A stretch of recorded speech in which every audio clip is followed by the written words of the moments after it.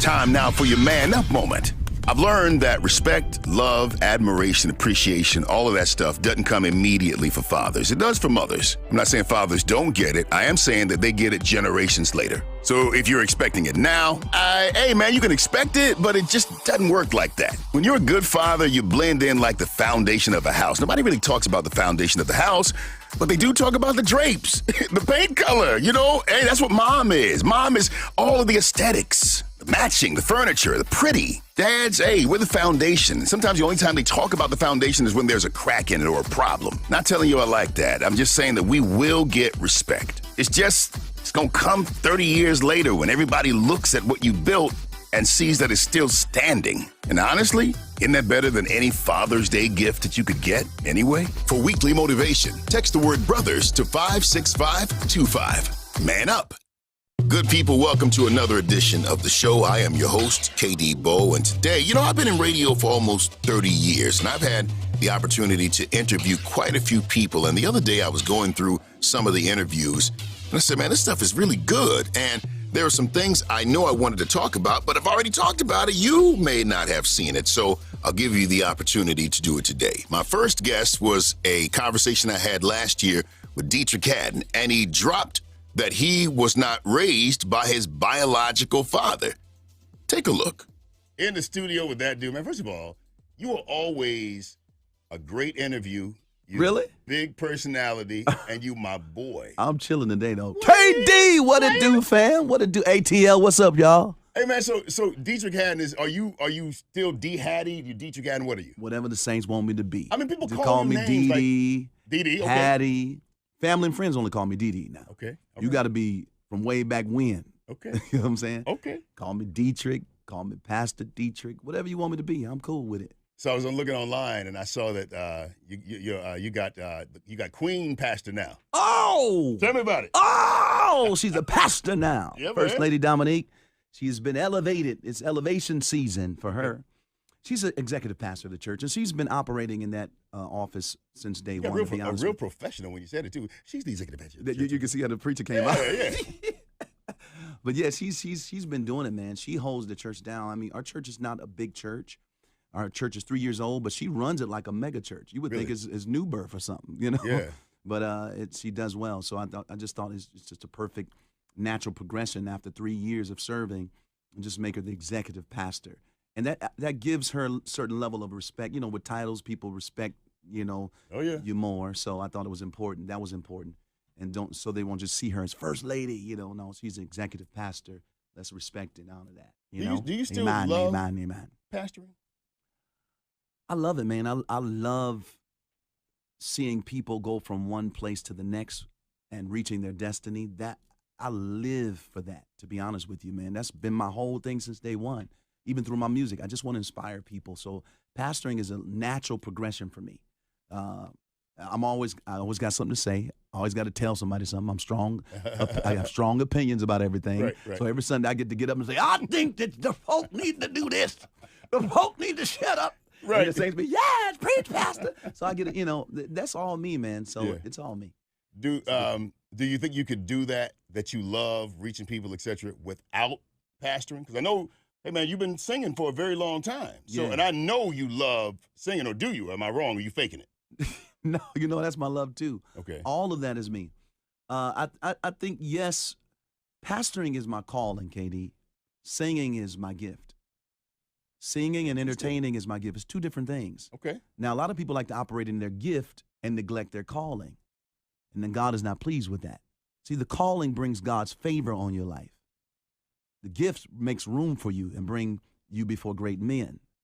That's why you got a lot of people that operate in their calling. They're anointed, but they don't operate in their gifts, so they broke. They busted, they disgusted, they frustrated. But you're anointed, you're preaching, but you're broke because you're not flowing in your gift. He said your gifts will make room for you. Gifts will make rooms with an S if you manage it right. So that's very important. And you have people that operate in their gifts and neglect what God wants to do in their lives. So they're got all the money, but what does it profit a man to gain the world and you're losing your soul because you're not on your assignment? You still feel empty. You got all this money, but you're empty because you're not fulfilling purpose. Man, that's good. So pastoring actually helps me to feel full. On Sundays when I'm done, I'm like, can't nobody tell me nothing. I'm gonna take my horse to the old town. Come on, Dad. No, I feel like satisfied, full, like my purpose is fulfilled. I'm not only just singing the gospel, I'm teaching the gospel, I'm preaching it, and all of it is to inspire people and to push people into where they're called to be. Do you see in the studio with Deitrick Haddon? Do you see, or do you make the correlation, in your opinion, between gospel servant and I'm not gonna say broke. I'm definitely not gonna say poor, but I'm gonna say, not a lot of money. For years, we've retreated to the four walls of the church, and we've allowed ourselves to go broke when God never asked you to do that. He always called us to go out to the marketplace. When the Holy Spirit first came on the day of Pentecost, it filled the room, touched the people, then it went straight out the room, and 5,000 people were added to the church. We stayed in the room when the Holy Spirit left out of the room, right? That's a pastor on you, I can tell, because you got a little it's extra, on me, you got a little extra seasoning on you today. That's some good stuff. But a lot of people do. You understand that? Frustrated. A lot of companies, a lot of organizations, when they look at gospel, when they think about gospel, they don't think of it as an asset. They think of it as something that they can pour their philanthropy into. No, we got to change that narrative. We have to change. Why can't I have that real conversation? Because I feel like the gospel music genre, the believers, as it were, right, in the black culture, need a rebranding. Then that's what needs to happen now. And we haven't had that, right? It needs to happen now. So what does that look like, though? It looks like making movies. It looks like making books. It looks like... Come on, segue! It looks like Sins of the Father. That's what it looks like. It looks like more movies. It looks like books. It looks like companies, businesses, entrepreneurs. And we're not just one-dimensional. I was watching, somebody was saying something online talking about you should just compartmentalize and, you should just do one thing at a time. I don't believe in that. I really don't. If I did one thing at a time, I would be broke. Wow. And I refuse to be broke. Wow. You know what I'm saying? I believe in using all the gifts that God has given you. I wrote some songs on Usher's record. Did you really? 3 songs, yeah. On his new joint? On the Usher A record. Really? I wrote that. You Decide. Check it out. Oh, you talking about before? On this new one, the Usher A with Zay Tovin, me and Zay. The one that's coming out? The one that's out right now. The one that just came out? Yes. Okay. Crazy. It's the hottest record out right now. So you rich. I don't know about that, but I got a check the other day. Yeah, Lord. Come on. And you know what? Somebody was saying something online like, y'all need to do one thing at a time, master that. And I was saying to myself, I looked at that check and said, I don't agree with you, sir. Because here's a check that don't have nothing to do with gospel, nothing to do with the church. It comes from my gift. Hey, Deitrick, you are doing one thing at a time, though. Think about it. And I think that we need to change up our mindsets. Because a lot of us, when we talk about, and shout out to David Shands, because he helped me with this, that when we talk about multiple streams of income, we think that we have to do 4 or 5, and some people biblically, 7 different things. Right. Nah, you need to do one thing well that has 7 different or 6 different components or branches. Like mine is communication, but I own a production company. Boom. Okay, I do hosting. Boom. Okay, I have Man Up, which encourages communication, my radio show. It all flows in one vein, but it's multiple streams. Yes. Yeah, you know man. What I'm saying? But some people have multiple gifts. And you can't be reserved about using those gifts. How you figure? Tell me that. Oh, multiple gifts. There are people that can act, sing, preach, do it all. I would think that's under the same kind of category. No, it's different. When you're pastoring, that's church. When you're acting, that's I got you. That world. I got you. Singing, that's that world. Right. But it's all about organizing and compartmentalizing it and scheduling. You can do all of it at the same time if you just organize and manage it. That's it. All right, man. Sins of the Father. It's going to be on TV One, July 7th, 8 p.m. Yes. Encore is going to be on at 10, because you know how we like to see stuff twice. Tell me about it, man. Sins of the Father. I know, of course, you did your own movie. Did you produce that movie, the first movie? Blessed and Cursed. Blessed and Cursed. And A Beautiful Soul, yeah. You produced that, right? Yes, sir. So now, did you produce this one, or did they bring you on board to star in it? I'm just starring in it. I ain't got nothing to do with directing or producing. You like it better, or which one you like better? I always like my stuff better. Okay, all right. But this is a hot movie. It's a hot film. What drew you to it? The character, man, is real. It really happened, first of all. Okay. This is true stuff. Based on? They did it inspired by their true crime series on TV One. So their top-rated episodes, they made movies out of them. So they're like the real stuff that went down, they just flipped it and made a film out of it. Okay. And so they asked me to play this preacher who did some crazy stuff to some people, man, and damaged a whole lot of people. I couldn't believe they asked me to do it, first of all. Mm-hmm. I was like, really? They asked me to do this? First, I said, there's no way in the world I can do this because I'm a pastor in L.A., and I don't want people, church folk don't know how to differentiate reality from, the movies, the big screen. Yeah, I mean, some church folk, a whole lot of us. Yeah. Because they'll look at that and say, you're doing that? And they'll judge your personal walk based on what you're doing in the film. Right. So that was my first reservation. But, my assignment always overrides my fear of anything. Yeah, I like that. So when you're thinking about doing the whole acting piece, yeah, you ain't always keeping it near the cross. Like, right. What do you take? Are you like a method actor, or do you or what? Do you become that person for a minute? Oh yes. Really? And it was easy for me to do this character because I just channeled my biological father. It was pretty much the character is really my biological father. Okay, my father didn't kill nobody, but but he was a womanizer. He had all these gifts to sing and preach you up under a pew. But why do you say your biological father? Oh, my biological father is Gerald Troop. His name is Gerald Troop. My stepfather's Bishop Haddon. He raised me since I was 2. Since I could say daddy, it was him. So I never knew that, though. So me and my brother, we changed our name to Haddon because we were known all over the country as the Haddon Boys. But in school, we were the Troop Boys. Wait a so minute. when we got of age, we changed our name to just Haddon. So it's Deitrick and Gerald Haddon. Pastor Gerald Haddon. He's a pastor now here in Atlanta. Yeah. Shout out to Breathe Church.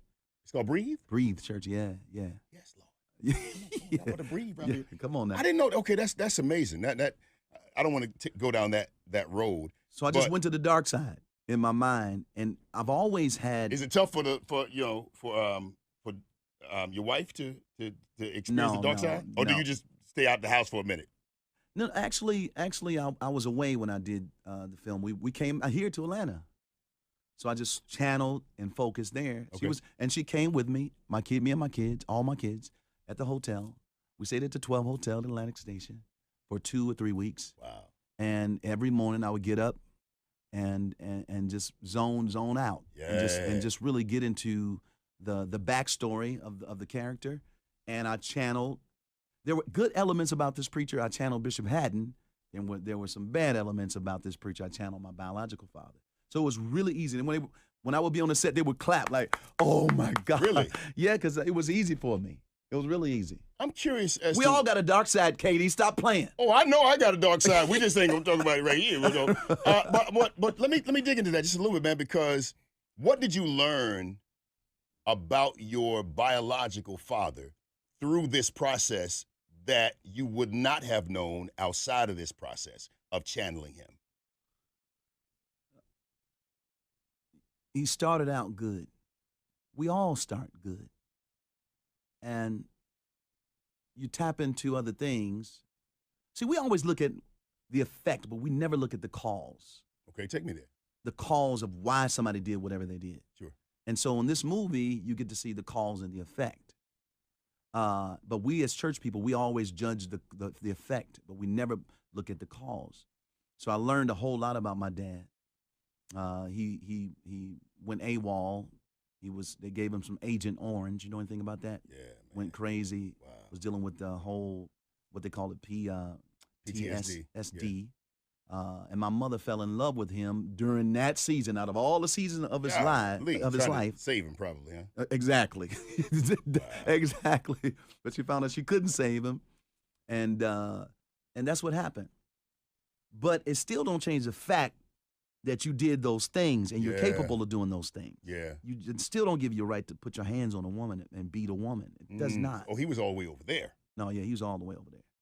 Yeah. Did you get any kind of, just one more question about this and we move on to something else, but did you get any level of understanding to the point of maybe if I would have known it like this, I wouldn't have, or maybe if I would have known it like this, I would have? Absolutely. My mother only gave us her perspective for years. Take me and that's what women do. They don't like to tell the truth about some women. Most women. I didn't say that. I didn't say that. They only want to give you their side of the story. But that's humanity, though. We all tend to There's do that. 3 sides: your side, her side, and the truth. And the truth. Okay. You know what I'm saying? And so yeah, man, I was able to confront all of it, and it was therapy for me, man. Really, it really was doing this film. It was Did you therapy. reach out to him, or is he still with us or no? No, he's gone, man. I've outlived him. He died at 42. I'm Okay. 46. Come on, we the same age? Yeah. Wow, I didn't know we the same age. Just turned 46. Good for you, man. That's what's up. Don't tell nobody my age, y'all. Right. How about That's that? only for Atlanta, the whole city of Atlanta. That's just for y'all. So I'm really proud of you and the fact that you don't allow the naysayers and the people are always gonna talk. So when Yeah. you did Preachers of LA, They ran us down, Doc. and they beat y'all down, but you never quit though. That's one thing I loved about you Right. is that you didn't stop, because I believe that the rebranding of the gospel genre, as it were, Yeah. means that we do some things outside of the box You got to. that some people would say, hey, that ain't necessarily. I mean, Yes. but the thing is, I just think if you want different results, you got to do some something different different. things. And that don't mean you got to be compromising and worldly and carnal, but Right. sometimes that got to be redefined. But don't get me started on that. That's a whole different situation. That's true, too. Yeah. I just got to be like Jesus at the end of the day. He was there for the people. He loved the people. His assignment was the people. He was not afraid of sin. He came to save us from sin. Sin actually gave Jesus purpose. Mm. Isn't that deep? Super deep. It gave him purpose. He came for the purpose to eradicate sin. Mm. So wherever there was sin, it gave him purpose. So he was not intimidated by it. He was not ashamed of it. He would deal with it. He would love people. And sin actually drew Jesus to the individual, not away. So Yeah. once we do that, once we just get that element in there, we'll become more relevant to the culture as believers. For some reason, down through the years, it became something else. And it made us disconnect from people that really needed us. Mm-hmm. You see what I'm saying? That's why I like doing movies like Sins of the Father. It allows me to connect with people who wouldn't come to church and wouldn't step foot into a church right now, especially now. Right. You know, nobody in church is like, you know. Yeah. But this gives me the opportunity to get out there and start the conversations and meet people where they are and just be a regular person, you know? Yeah. And that's my goal, man. That is it. A couple of rapid fire questions for you real quick, man, then we're going to get out of here. Okay. Guilty pleasures. Oh, just a whole lot of candy. Man, which ones? All of it, man. All of it. I'm into the C's candy now. C's. Yes. The candy, the chocolate company. C's candy. Oh. It's good stuff. I'm man. candy. I ain't like chocolate. Like I'm. Oh, you like my to thing choose. is now laters. Oh, yes. You know, those soft now laters. Ooh, yes. Man, I go through. I kill a whole Anything bag. sweet though for me. that's my thing. I gotta watch it. I always listen. I'm on top of my teeth to make sure they ain't rotten. right. I love sweets, man. If not singing, if not pastoring, what? Oh, I could be somebody's lawyer, man. Really? I know how to talk and get somebody out of something. That's pretty in much another what in another life you could do that. Oh yeah, man. That's pretty much what preachers do. We talk you out of it. We talk the crowd out of something. you Okay. know? Okay. So that's a gift. And so maybe that, or, maybe managing somebody. Maybe I would get a couple of wrestlers and manage them. Wrestlers. Yeah, WWE. Why wrestlers. did I think that wasn't coming out your mouth? Yes, Wrestlers. Yes, I'm a WWE fan, man. But I would, somebody. I would not just artists. I mean, not just singers. I would manage other stuff. Uh-huh. Somebody with their business, some big brand, something. Help them stay on track. So are you in your dream house now? Oh no. Okay, so yeah, okay. I'm on my way, Doc. I'm gonna have to stop with this one, but because I could talk all day long on this one. So your dream house, like what's it gonna look like? What is it gonna have inside of it? Like for me, dream house? I know I'm gonna have solar panels everywhere. You know, man, I'm gonna have a bat cave, literally.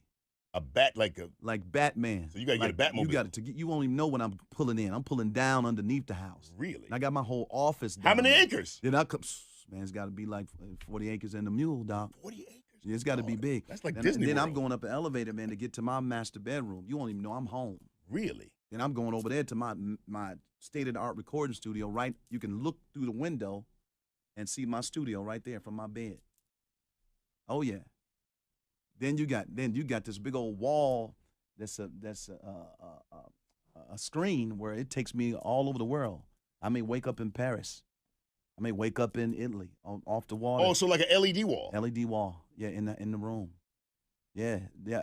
My imagination go crazy. You man. messing me up right now, 'cause that's some good stuff. Give me a good. I'm not gonna put a time limit on. To be honest with you, I'm on my way though. Hey, just build y'all it go slow. watch Sins of the Father. I'm on my way. Right? How about that? Yeah, hey man, build it slow. You know that's what I'm gonna do. Yeah, I'm on Give me my about way. 20 acres, and I'm gonna just start building slow. But Atlanta's where you do it, man. You know I already had that. These houses here, Doc, is crazy. Oh yeah. No. You got any more kids coming, sir? No, I'm done, man. No more poop on my hands. You don't know what God is gonna do. Oh, he ain't doing that. He promised me he wouldn't do it again. Oh, he did? Yeah. Did he promise? That's hilarious. He promised he wouldn't do it again. Deitrick Haddon. Oh, new song, man. Come on, let's talk about it real quick. Open door season. That's the season you're in. That's the season I'm in. God has opened supernatural doors. He's opening supernatural doors for us right now. Just got to walk on through it with boldness and authority. And so that's where I am, and so I'm singing about it. Deitrick's quite the personality, and it's always good to have him in the studio. Okay, keeping it in the archives.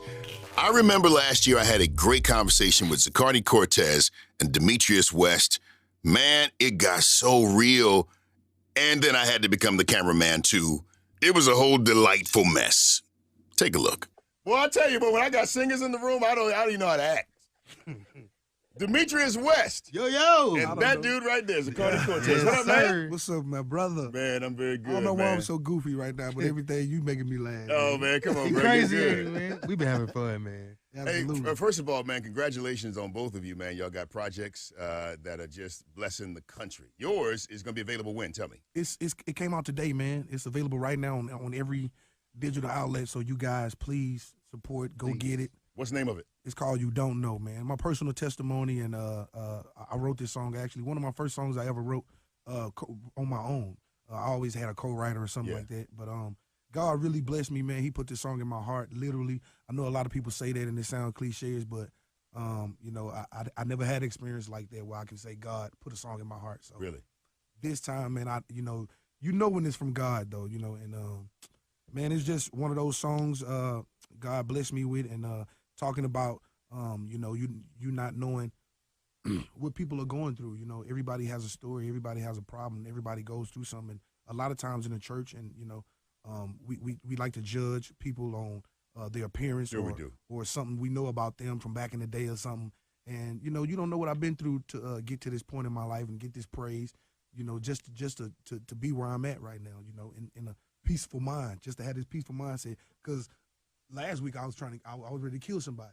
So you don't know what I went through to get here. You know what I'm saying? And that's all the song's talking about, man. And just one of them songs you can minister to yourself. One of those songs that's going to minister to yourself. So would you say that your testimony is one that you could say, hey, man, y'all don't really know what I've been through? Oh, man, listen, KD, man. I mean, it'll take me all day to talk to you, man. But absolutely, man, especially growing up in a family that sings. You know, we were judged. You know, we were frowned upon. Sing gospel music. Let's just say singing that. gospel music. Yeah. You know what I'm saying? You know, a lot of times people just told us we wasn't gonna do nothing. You know, what are y'all? All them kids ain't gonna be. Look at them kids. Our shoes were raggedy. You know what I'm saying? So it was as well as y'all could sing, they were clowning like that. Dude, oh my God, man. So, you know, just you don't know, man. You know, people don't get it. That no, they don't. You say things to a child, and it becomes cemented in their minds, and they develop personalities and sometimes habits based off of what you said. What you said, and that's tough. I remember when I was younger, just words like ugly. It took me to be an adult to realize. Absolutely. I actually ain't ugly. Right. And quite I frankly, appreciate it now. Yeah. Now I'm that around here winning. Right. You are, bro.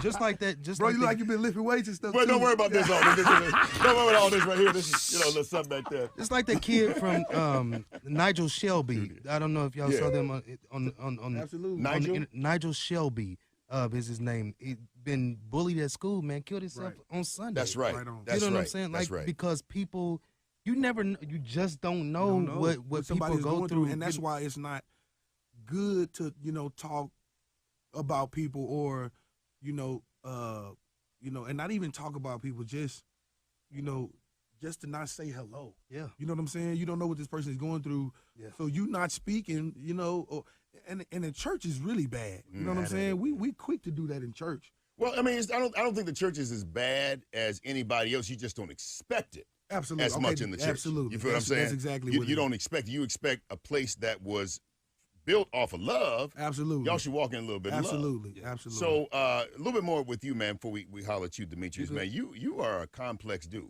Zacardi, because your talent is otherworldly. And I don't mean to blow smoke because I don't blow smoke. Absolutely. But your talent, man, is just is unique. However, you know, you're not, in talking off the air, and I'm gonna say this, you're not 100%, you know, one way, you know, right on, or another. Right on. You're not 100%, and I don't believe that we should make a person 100%. Like you, right? I'm a people person. You like people, you cool with people, right? But you ain't a people person, right? Exactly. So if somebody walks up to you like they walk up to me, chances they might are, they might think I'm ready to fight. Or that dude's a jerk. He ain't, you know, well, right? I mean, right? Absolutely. So you got. But I'm not. You know, I mean, and you just have to get to know me. I'm not very friendly. You know, and it's because of. And maybe I got to get out of there too. I don't think that it's not friendly. I'm gonna challenge you on that. I don't think it's not friendly. It's just that you do well what you do well with.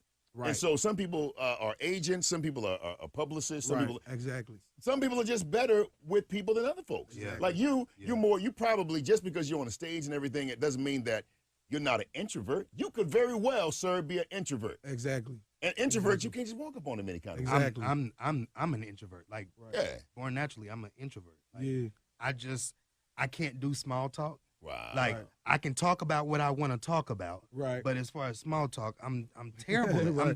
I'm terrible at it. Like you would probably think. I just had to get to a place with me where, you know, probably you grow out of that, you know, or not grow out of it, but you know, you see different. You know, like you say, you know, I'm a quick learner. Like so, if I see you do it, I'll be like, you know what, I'm gonna do that. I'm gonna take that from Demetrius because that is the way to be, or that is the right way how he's doing it. Exactly. You know what I'm saying? So that's what it is for me, more so than anything. You know, like I love people. Don't get me wrong. I love especially people of God. You know, church mothers. You about to cry because your voice was no. People of God, I would. You see that lip? Yeah, man. No, but just the church mothers and like things that go on in church, I get a kick out of. I love it. You know what I'm saying? So, you know, I just have to get better with that, you know, and hopefully, you know, this type of stuff right here, you know, having radio interviews and, like I got prepped this morning. Oh, yeah, they called you. Stuff like that helps me a lot, though. You know, I actually have to practice. Yeah. You know, I have to rehearse. But it's called self-awareness, Absolutely. Cardi. When you self-aware, man, and you know what works best for you and what you know, what is best for you, then you just do it. Yeah. You know what I'm saying? And you, Demetrius, man, let me tell you something, bro. Your whole vibe, you know, and even though, you know, you from Indy, okay, you know, I can hold that against you. I'm going to try to, you know, to get you here with your dad, man, from the ATL, you know, but you're a very powerful personality as well, and your story is deep as well. Tell me about it. Yeah, man. Like, for me, like I'm the total opposite of Zacardi. Like we were just talking, and I'm like I said, I'm an introvert, and you know, some people can take that as arrogance and stuff like that because folks can see me in the mall, and I can just be in my own world, you know, walking down. But they'll say you didn't speak. You didn't speak, you know, and it's just like, I need to see you. or if I do speak, it's just like really, really short. You know what I'm saying? Because I'm not that type of person. Like you, Katie, you're totally different. Like you can spark up a conversation, and you know how to keep a person moving. You know how to keep a person moving in conversation. And it don't mean that I always like to have the conversation. Don't just come up and run up on me and talk because you hear me on the radio talking. Exactly. Don't start me on that, bro. Listen, I know. Don't start me on that. Exactly. No. But for me, it's like pulling teeth.